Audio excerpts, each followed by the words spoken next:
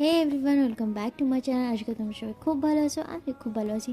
তো আবার চলে এসেছি একটা নতুন মিনি ব্লগ নিয়ে। তো দেখতে থাকো মিনি ব্লগটা কেমন লাগলো অবশ্যই কমেন্ট বক্সে জানাতে ভুলো না। সো আমি সকাল সকাল ঘুম থেকে উঠে চলে এসেছি এদিকে শিব পাহাড়ি মন্দিরে। আর এদিকে দেখো গাড়িতে সবাই মিলে বসে আছে।